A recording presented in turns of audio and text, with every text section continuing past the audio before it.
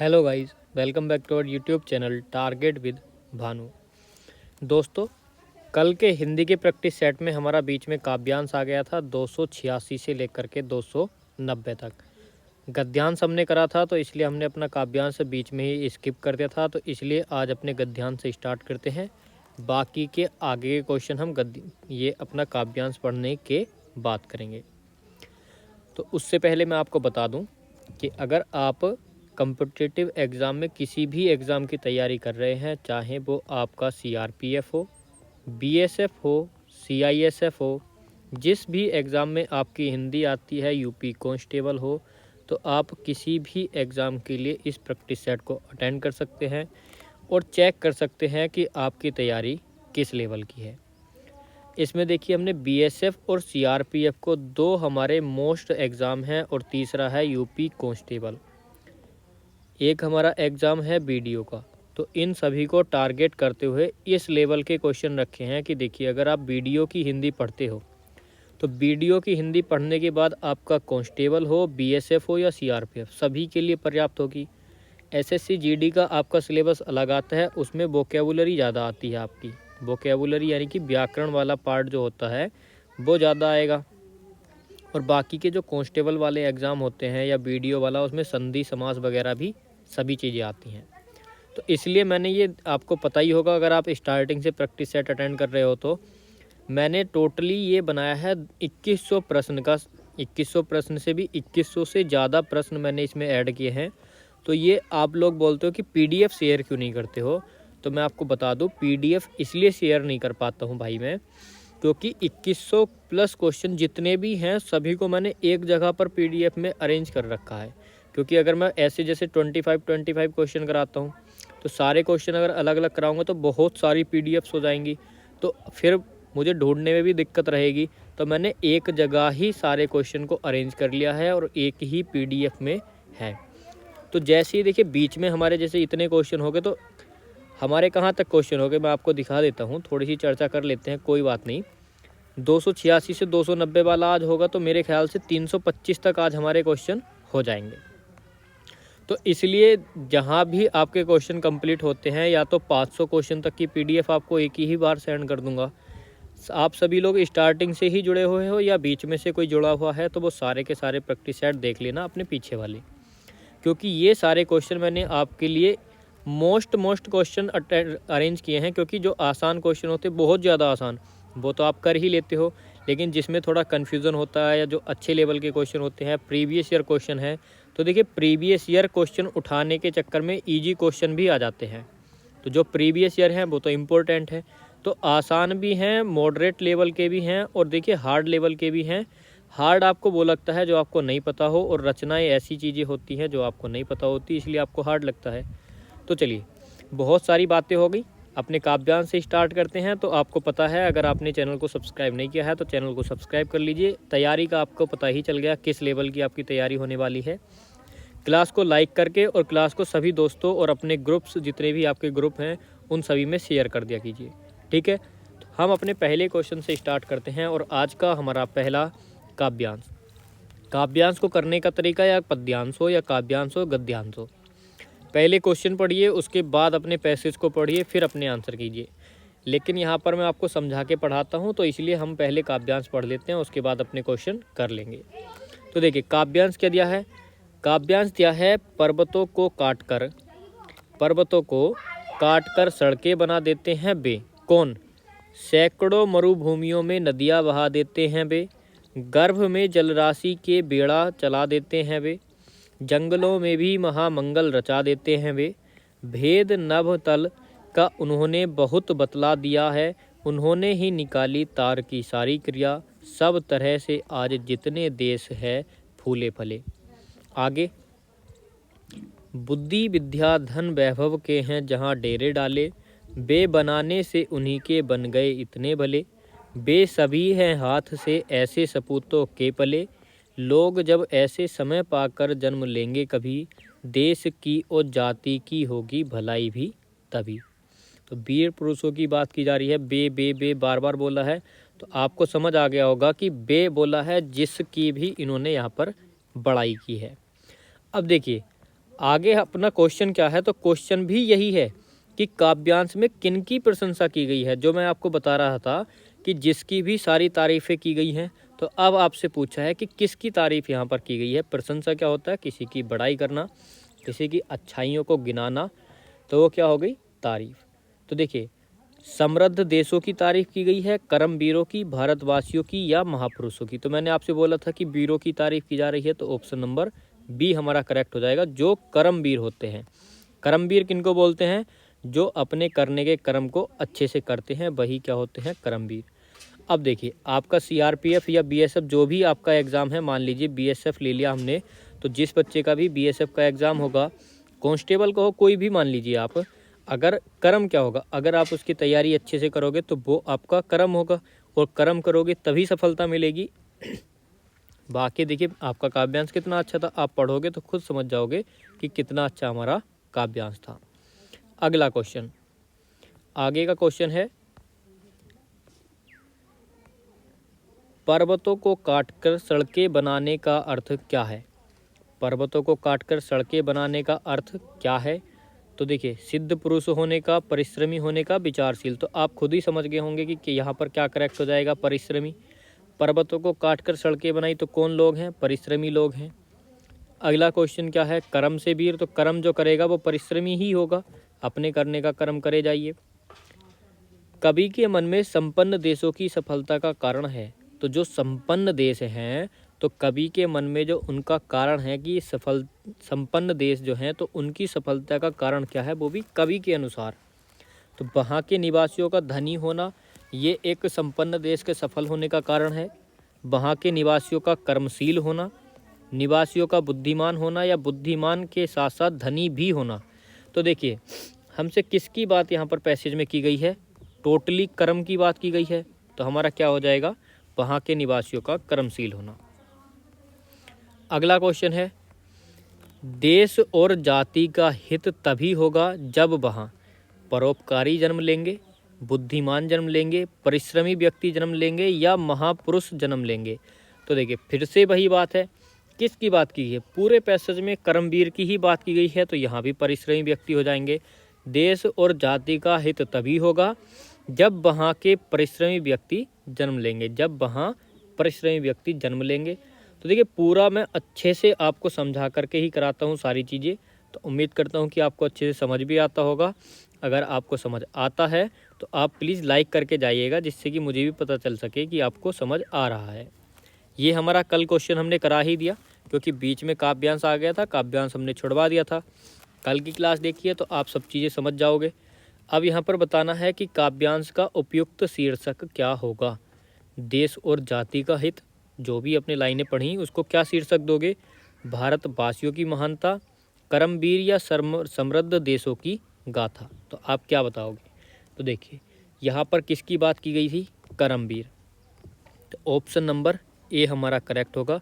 सिर्फ भारतवासियों की ही बात नहीं की गई, हमसे ओवरऑल कोई भी देश हो, अगर वहाँ उस देश के लोग मेहनती हैं तो वो भी, कोई सा भी देश हो, समृद्ध होगा। किसी प्रॉपर देश की बात नहीं की, कि ना ही भारत, ना अमेरिका, कोई सा भी देश नहीं। तो किसकी बात की गई, मेहनती व्यक्तियों की। आगे के क्वेश्चन पे चलते हैं, और अगला हमारा क्वेश्चन क्या होगा। अगला क्वेश्चन है आज का हमारा 305, क्योंकि ये कल मैंने छुड़ा दिया था।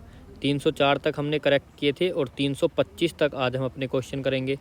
5 हमारे आगे पीछे हो चुके हैं, जो कि हमारे इसमें से 5 छूट गए, वो पीछे कर लिए हमने काव्यांश में। 325 तक हमारे हो जाएंगे। बताना है कि काली मिर्च शब्द में कौन सा समास है। ये था आपका कल वाला क्वेश्चन, तो ये आज आपके 25 ना होकर के 26 हो जाएंगे। कल जो कम हुआ था वो आज एक ऐड हो जाएगा, ठीक है। तो देखिए, काली मिर्च तो कैसे लिखोगे आप, दो तरीके हैं। एक पहचान तो ये है कि जिसमें विशेषण और विशेष्य होता है, वो कौन सा समास होता है। दूसरा कि अगर आप कारक के द्वारा पहचान करो कि इसमें देखिए विभक्ति चिन्ह होते हैं, विभक्ति चिन्ह के द्वारा ही समास पहचाने जाते हैं, जैसे है जो या के समान। तो यहाँ पर क्या लगेगा आपका, फटाफट से बताइए, काली मिर्च में कौन सा समास यहाँ पर आपका होगा। तो देखिए, काली है जो मिर्च, या विशेषण और विशेष्य किस में होते हैं, कर्मधारय समास। तो ऑप्शन नंबर बी आपका हो जाएगा। सभी की पहचान बता देता हूँ। अगर द्वंद्व समास की बात की जाए तो इसमें आते हैं विपरीत। द्वंद्व क्या होता है, जैसे आप सुनते हो द्वंद्व युद्ध, तो युद्ध द्वंद्व क्या हो गया, एक दूसरे के विपरीत। और विपक्षी पार्टियों में हमेशा युद्ध चलता रहता है, तो द्वंद्व से आप समझ जाओगे विलोम यानी विपरीत वाली चीज़। अव्ययी भाव, तो अव्ययी भाव में आपको ऐसा लगता है कि पहले अव्यय है, फिर कहीं ना कहीं इसमें 2-3 चीज़ें जोड़ी गई हैं। तो जोड़ने का मतलब अव्ययी भाव में हमेशा उपसर्ग से जुड़ करके आते हैं, जैसे अनु, आ, यथा, हर, भर। तो जहाँ उपसर्ग निकल जाए वहाँ अव्ययी भाव। देखिए किताबी लैंग्वेज से आपको नहीं समझा रहा हूँ, मैं आपको समझा रहा हूँ एक पहचान के तौर पर कि आसानी से कैसे पहचान सकते हो। आपको हिंट दे करके समझा रहा हूँ जिससे कि आपको याद हो जाए। बहुब्रीहि समास क्या होता है? बहुब्रीहि समास वो होते हैं जहाँ कोई तीसरा अर्थ निकलता है, ये आपको ही पता है। तो बहुब्रीहि समास कौन से हो गए? जहाँ जिस शब्द को पढ़ के आपको किसी और व्यक्ति का ख्याल आए, उस शब्द को छोड़ करके। जैसे आपने पढ़ लिया, कोई भी ले लीजिए, एक उदाहरण ले लीजिए, जैसे कि आपका होता है जलज। जलज जब भी पढ़ोगे तो आपने पर्यायवाची में देखो कमल का पर्यायवाची है जलज। जलज का मतलब क्या हो गया? कमल। तो जलज तो है ही है, लेकिन आपका ध्यान पहुंचा कमल पे, ठीक है। जैसे पंचानन या दशानन मान लीजिए, दशानन, जैसे ही आप दशानन पढ़ोगे आपका दिमाग पहुंचेगा रावण पर। तो इस तरह से आपका बहुब्रीहि समास होता है। अगला क्वेश्चन है, अनेकार्थक शब्द हार के लिए निम्न में से गलत विकल्प का चयन करना है। तो देखिए एक गलत होगा, 3 सही होंगे, 3 सही 1 गलत। इस बात का बिल्कुल ध्यान रखना है, तो पूरा ख्याल रखते हुए करिएगा क्वेश्चन। हार क्या होता है? पराजय होती है, बिल्कुल सही। हार क्या होता है? फूलों की माला होती है। बिहार होता है या गले का आभूषण? तो हार गले का आभूषण भी होता है, माला भी होती है, लेकिन बिहार नहीं होता। बिहार क्या होता है? टहलना फिरना, घूमना फिरना होता है हमारा बिहार। तो 306 का करेक्ट आंसर क्या हो जाएगा आपका? Option number C. अगला क्वेश्चन, अगला क्वेश्चन क्या है प्यारे साथियों? अनेकार्थक शब्द पानी के लिए निम्न में से गलत है। तो देखिए गलत वाला आपको सिलेक्ट करना है, किसके लिए? पानी के लिए। तो पानी के लिए एक गलत है, तो वो कौन सा है? पानी इज्जत होता है, चमक, संजीवनी या जल? तो जल तो आप सभी लोग बोल दोगे कि जल तो हमारा करेक्ट होता है, ठीक है। लेकिन अब आपको ये पता नहीं चलेगा कि इज्जत, चमक और संजीवनी में कौन सा होगा। तो देखिए मैं आपको बता दूं, ये आपने पढ़ा होगा, रहीमन पानी राखिए। आपने पढ़ा है रहीमन पानी राखिए, वो वाला जहाँ पर बोलता है मोती मानुष चून, पानी गई न उबरे मोती मानुष चून। तो वहाँ पर इज्जत की बात करता है, अगर आपने ध्यान से पढ़ा है तो देखिए आपका इज्जत भी हो जाएगा। आँखों का पानी मर जाना, तो देखिए जिसकी आँख में पानी नहीं होगा यानी कि चमक चली जाएगी। जैसे कोई व्यक्ति मर जाता है और उसकी आँखों का पानी खत्म हो जाता है, तो यानी आँखों में चमक किसकी वजह से होती है? पानी की वजह से। तो आप ऐसे भी याद रख सकते हो कि पानी का चमक भी है। तो एक बचता है आपका संजीवनी। तो कुल मिलाकर कहने का मतलब ये है कि पानी का अर्थ संजीवनी नहीं होता। पानी का अनेकार्थक शब्दों में अनेक अर्थ हो गए। अनेकार्थक शब्द क्या कहलाते हैं? अनेक अर्थ। तो यानी कि संजीवनी ना होकर के पानी का अर्थ इज्जत भी होता है। कैसे, वो भी समझा दिया। चमक कैसे पता लगाओगे, कैसे समझोगे, वो भी बता दिया। जल में बताने की कोई आवश्यकता है ही नहीं आपको। तो हमारा ऑप्शन नंबर सी करेक्ट हो जाएगा, क्योंकि हमको गलत वाला ही चुनना था। अगला क्वेश्चन, अगला दिया है, निम्न विकल्पों में से एक वाक्य सही है, यानी कि एक सही है और 3 हमारे गलत हैं। सही वाला ही हमको चुनना है, तो सही वाक्य का चयन कीजिए। तो आपको आशीर्वाद की आवश्यकता है, तो क्या ये हमारा करेक्ट है? तो आप बोलोगे अभी देखते हैं। आपका आशीर्वाद आवश्यक ही है, तो देखिए ये तो सरासर गलती है। पहले में हमको थोड़ा डाउट है, बाद में देख लेंगे, पता नहीं क्या गलती निकल आए। आपके आशीर्वाद आवश्यक हैं, तो ये भी गलत है। आपका आशीर्वाद आवश्यक है, तो देखिए आपका आशीर्वाद आवश्यक है या आपको आशीर्वाद की आवश्यकता है। तो आपका आशीर्वाद आवश्यक है से ज़्यादा मजबूत हमारा ऑप्शन ए है, आपको आशीर्वाद की आवश्यकता है। ठीक। अगला क्वेश्चन, अगला क्वेश्चन है 309। बताना है कि निम्न में से एक वाक्य गलत है। गलत वाक्य का चयन हमको करना है। देखिए एक गलत है, गलत वाला हमको सिलेक्ट करना है, और ऐसे भी बोल सकता है कि कौन सा वाक्य सही नहीं है। तो कौन सा हमारा वाक्य सही नहीं है वो चलिए हम देख लेते हैं। पहला है, वह तुम्हारा कुत्ता है, तो बिल्कुल सही है। युवावस्था उन्मत्त होती है, अब देखिए इसमें कन्फ्यूज़न अगर आपको है तो छोड़ दीजिए। दूध में कौन पड़ गया, तो देखिए दूध में क्या पड़ गया, तो ये वाला हमारा बिल्कुल गलत है। और गलत वाला सिलेक्ट करना था तो बाकी कुछ देखने की आवश्यकता ही नहीं। तो सी वाला ऑप्शन हमारा यहाँ पर करेक्ट हो जाएगा। तो ये हमारा बिल्कुल सही है। अब देखिए मैंने पहले ही क्यों नहीं बताया, तो पहले इसलिए नहीं बताया कि हमारा जो कन्फ्यूज़न एग्ज़ाम में रहता है वो भी मैं बता के चलता हूँ कि फिर क्या करना होता है। जब अगर हमें डाउट हो तो डाउट वाले को मार्क करके रख लो कि पहले आगे देख लें कहीं सटीक गलती तो नहीं दी हुई है। तो सी वाले में मिल गई हमको बिल्कुल साफ साफ, तो ये हमारा सही है। मैं रात भर जागता रहा, ये भी सही है। अगला क्वेश्चन आगे दिया है, मुझे विश्वास है कि आप अवश्य आएंगे। तो इस वाक्य में आएंगे में का प्रकार पहचानिए कि किस प्रकार का वाक्य है। तो देखिए मैंने आपको पहचान बताई थी, जहाँ भी जो, कि, क्योंकि, यद्यपि, तो, तथापि, तो इस तरह से आप लिख सकते हैं।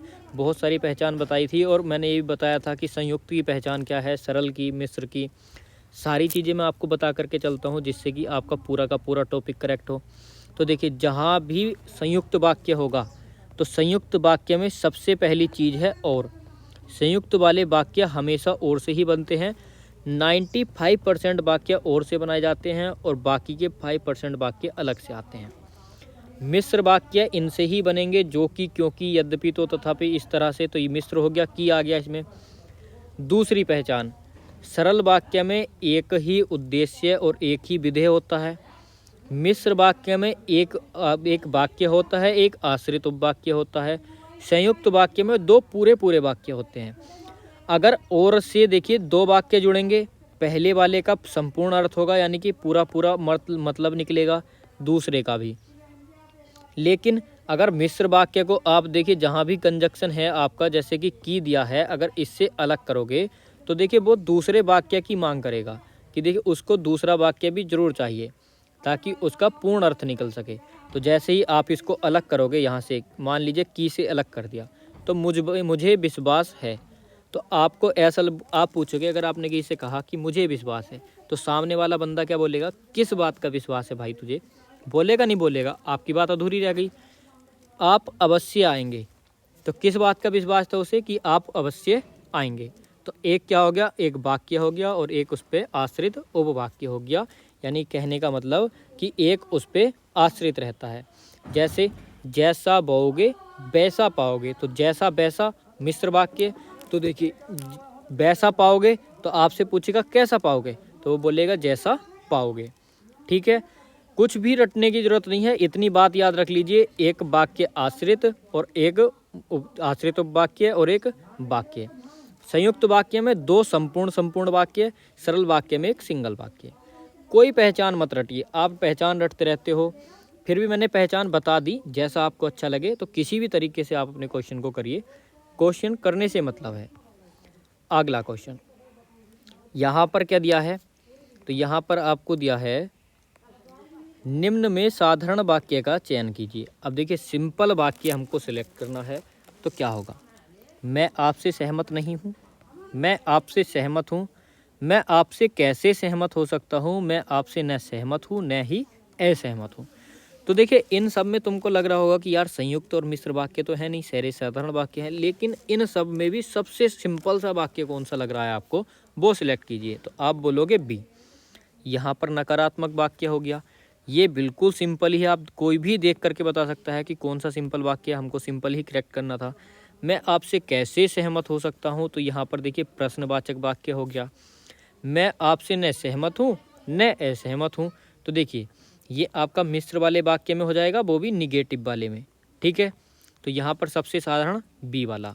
अगला है निम्न में शुद्ध वर्तनी पहचानिए। तो छिपकली होता है या छिपकली होता है, तो देखिए आपने किसी के मुंह से सुना होगा छिपकली, तो छिपकली तो क्या होगा, छिपकली तो होगा नहीं। अगर छिपकली होता तो वो जो भी बंदा है वो कभी भी छिपकली नहीं बोलता।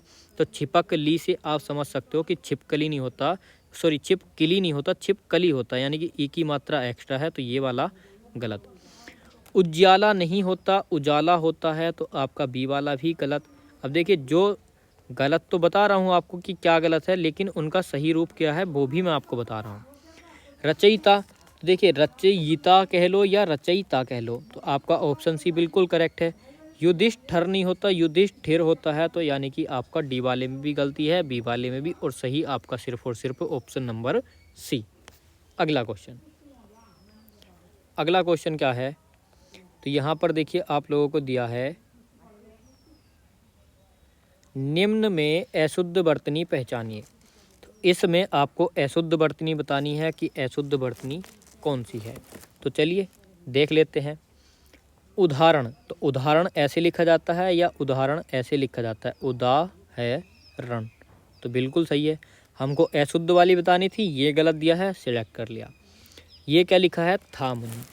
अगर होता यामिनी तो यामिनी नहीं होता, वो होता है यामिनी, लेकिन यहाँ पर क्या लिखा है, थामनी, तो ये भी सही हो जाएगा। भावना सही है, भारोत्तोलन सही है, तो भारोत्तोलन तय पे डबल तय बनेगा, एक आधा और एक बड़ा, ये बिल्कुल ध्यान रखने वाली चीज़ है।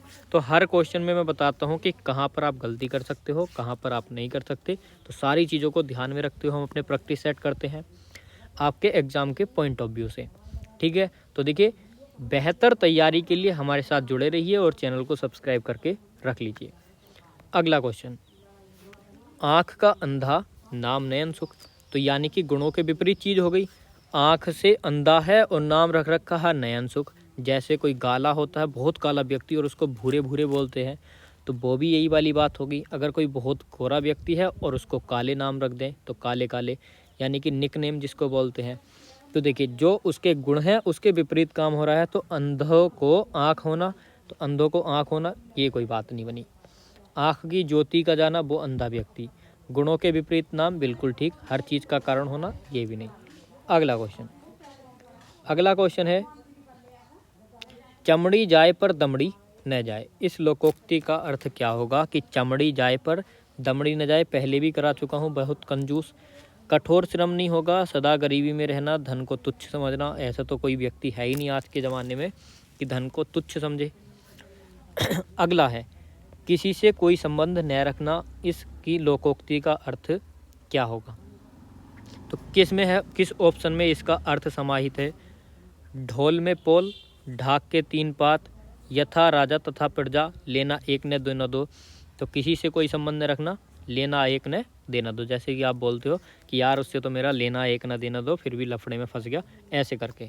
तो यानी कि जिससे कोई संबंध नहीं था, फिर भी आप फंस गए। अगला क्वेश्चन,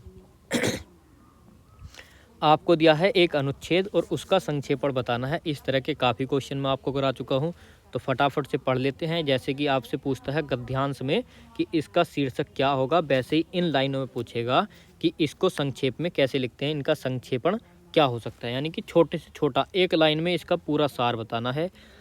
पढ़ लेते हैं। मन से हारा हुआ व्यक्ति कोई भी कार्य या संघर्ष करने से पहले हार जाता है। कौन व्यक्ति हार, देख कितनी अच्छी लाइन यहाँ पर दी हुई है। सारे के सारे मैंने देखिए सिलेक्टेड रखे हैं आपके लिए, तो कितनी अच्छी लाइन है यहाँ पर। आप देखिए इन लाइनों को पढ़ के मोटिवेट भी होंगे। अलग से मोटिवेशन वीडियो देखने की कोई आवश्यकता आपको नहीं है, यहीं से आपको फुल मोटिवेशन मिलेगा। क्या बोला है कि मन से हारा हुआ व्यक्ति, जो व्यक्ति मन से ही हार गया वो किसी कार्य संघर्ष करने से पहले ही हार जाता है। जिसने हथियार गेर दिए, तो समझ लो लड़ाई से पहले हथियार गेर दिए, तो उसके जीतने की संभावना तो खुद ही ख़त्म हो गई।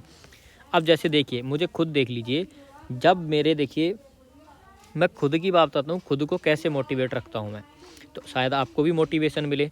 जब भी मेरे व्यूज़ नहीं आते हैं या कोई प्रॉब्लम होती है या चैनल पे काम करने का मन नहीं करता, अब देखिए आप लोग अच्छा सपोर्ट कर रहे हैं तो मैं भी बहुत अच्छे से मेहनत कर रहा हूँ। जब देखिए सपोर्ट नहीं मिल पाती है कहीं से, तो देखिए मनोबल टूटता ही है, होपलेस होता है व्यक्ति, डिप्रेस्ड हो जाता है। तो मैं पता है क्या सोचता हूँ, मैं सोचता हूँ कुछ ना करने से बेहतर है कुछ करना। बस ये एक लाइन याद रखो हमेशा, कुछ भी ना करने से बेहतर है कुछ करना। अगर कुछ नहीं करोगे तो कुछ मिलना है ही नहीं, और अगर कुछ करोगे तो कुछ तो संभावना है कि हमारा परिणाम कुछ अच्छा निकलेगा। तो इसलिए हमेशा याद रखो, कुछ ना करने से बेहतर है कुछ करना। आगे, वह अपनी सफलता का विश्वास नहीं संजो पाता है। कौन, मन से हारा हुआ व्यक्ति। मन में हारने का भय मनुष्य को भयभीत कर देता है। बहुत अच्छी लाइन है, सुनते रहिए। अगर मन में अगर है आपके कि मैं हार जाऊंगा, तो वो वाला डर आदमी को घबरा देता है, भयभीत कर देता है, और आदमी सच में हार जाता है। भयभीत आदमी हिचक हिचक कर और रुक रुक कर काम करता है। यानी कहीं से थोड़ा सा मोटिवेशन मिला तो काम करने लगा, फिर उसके दिमाग में आया यार कहीं ऐसा नहीं हुआ तो वो फिर छोड़ देता है। वह अपने आप को पूरी शक्ति से लक्ष्य में झोंक नहीं पाता है। परिणाम क्या होगा? तो परिणाम भी देख लीजिए। परिणाम क्या होता है कि उसके हाथ ढीले पड़ जाते हैं, पैरों की गति ढीली पड़ जाती है, अतः व्यक्ति अपेक्षित सफलता नहीं पा पाता।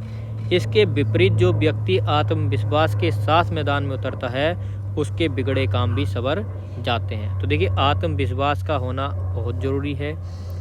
अब देखिए इन पंक्तियों का संक्षेपण क्या है? संघर्ष ही जीवन है, दया धर्म का मूल है, सांच को आँच नहीं, या मन के हारे हार है, मन के जीते जीत। तो देखिए फटाफट से बताइए कि इसका करेक्ट आंसर आप लोग क्या करोगे। ठीक है, तो देखिए क्या होना चाहिए इसका आंसर? तो संघर्ष ही जीवन है, दया धर्म का मूल है, या सांच को आँच नहीं, मन के हारे हार है, मन के जीते जीत। एक मिनट कहाँ जा रहा है भाई? हाँ, तो बताइए फटाफट से क्या राइट आंसर होगा। तो देखिए आपसे बोला था अगर आदमी मन से हार जाता है तो उसकी स्वतः ही हार हो जाती है, तो मन के हारे हार है और मन के जीते जीत।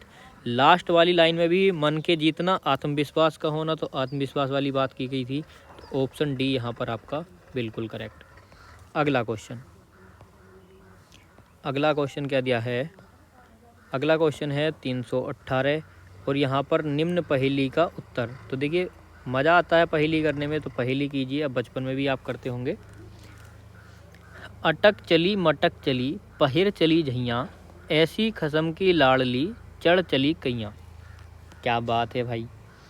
तो डायरेक्ट बता देता हूँ इसका क्या आंसर होगा, तलवार हो जाएगा। ठीक है, अगला क्वेश्चन करते हैं। अगला है कि दूसरी पहेली का अर्थ क्या होगा? लाल बैल खड़े है, करिया बैला भागत है। यानी कि लाल बैल जो है वो खड़ा है और करिया क्या होता है? काला होता है। बिहारी लैंग्वेज मान लीजिए या भोजपुरी, तो आपने देखा होगा जो हमारे पटना वाले सर हैं, सभी जानते होंगे, खान सर, वो उन्होंने ज़रूर बोला होगा कहीं ना कहीं करिया शब्द। जो फॉलो करते होंगे उनको पता होगा करिया क्या होता है। तो लाल बैल खड़े है और करिया बैल भागत, तो आग और धुआं होगा, ओला होगा, नारियल होगा, या इनमें से कोई नहीं। तो आप समझ भी गए होंगे कि आग और धुआं हो जाएगा। धुआं क्या होता है? भाग जाता है। धुआं कैसा होता है? काला। लाल क्या होती है? आग होती है, वो वहीं की वहीं रहती है और वहीं ख़त्म हो जाती है, लेकिन धुआं भाग जाता है। किसे काव्य छंद कहा गया है? मनहर को, मतज्ञंद को, सवैया को, या रोला को। तो काव्य छंद किसको कहा गया है? तो यहाँ पर राइट आंसर रोला, ऑप्शन नंबर डी हो जाएगा। अगला क्वेश्चन है कि निम्नलिखित में से कौन सा छंद का संगठक तत्व नहीं है? तो कौन सा होगा? क्रम होगा, गण होगा, यति होगा, या रति होगा। तो कौन सा हो जाएगा आपका? रति। गण होते हैं, क्रम भी होते हैं, यति क्या होती है? ब्राह्म। गणों की संख्या मैंने आपसे पूछी थी, क्रम भी आपको पता है। अगला क्वेश्चन है कि राज्य में सर्वाधिक प्रसार संख्या वाला समाचार पत्र निम्न में से कौन सा है? नई दुनिया, रंगभूमि, दैनिक भास्कर, या नवभारत। कौन सा सर्वाधिक प्रसार संख्या वाला समाचार पत्र किसमें? वर्तमान में। तो देखिए वैसे आपका काम का क्वेश्चन ये है भी नहीं ज़्यादा, लेकिन फिर भी इसका आंसर बता देता हूँ, दैनिक भास्कर है इसका आंसर। अगला क्वेश्चन, मध्य प्रदेश से निकलने वाली एकमात्र खेल पत्रिका। तो इस तरह के क्वेश्चन भी आपसे पूछे जाते हैं, तो खेल हलचल है ये, आपको पता भी नहीं होगा, तो थोड़ा सा ये क्वेश्चन इसलिए रखे गए हैं जिससे कि आपको ओवरव्यू मिल जाए। आगे है कि लेखकों के उपनाम किस विराम चिन्ह के भीतर लिखे जाते हैं? तो लेखकों के जो उपनाम होते हैं, तो इस तरह से आप लगाते हो, तो इसको क्या बोलते हैं? दोहरा उद्धरण चिन्ह। तो 324 का राइट आंसर क्या हो जाएगा? सॉरी, ये हो जाएगा बुक्स के लिए, तो ये होगा इकहरा वाला, क्योंकि जो लेखक के नाम होते हैं वो लिखे जाते हैं सिंगल कोमा में, और जो जैसे बुक्स हो गई या उनके द्वारा कहे हुए कथन हो गए तो वो लिखे जाते हैं दोहरा उद्धरण में। ध्यान रखना है इस चीज़ का। तो ऑप्शन नंबर डी आपका बिल्कुल करेक्ट हो जाएगा। और आज का लास्ट क्वेश्चन है, आपको अरेंज में करना है इस क्वेश्चन को। तो अरेंजमेंट यानी सही क्रम में लगाना है, तो सही क्रम क्या होगा? तो देखिए इसका दे देते हैं आपको होमवर्क, और ये क्वेश्चन आपको बताना है कमेंट सेक्शन में, और मिलते हैं अपनी अगली क्लास में। तब तक के लिए देखिए आपको क्या करना है, वीडियो को लाइक करना है और सारे के सारे ग्रुप्स में शेयर करना है। और अगर आप नए स्टूडेंट हैं तो आगे की तैयारी के लिए चैनल को सब्सक्राइब करना है। तो मिलते हैं अगली क्लास में।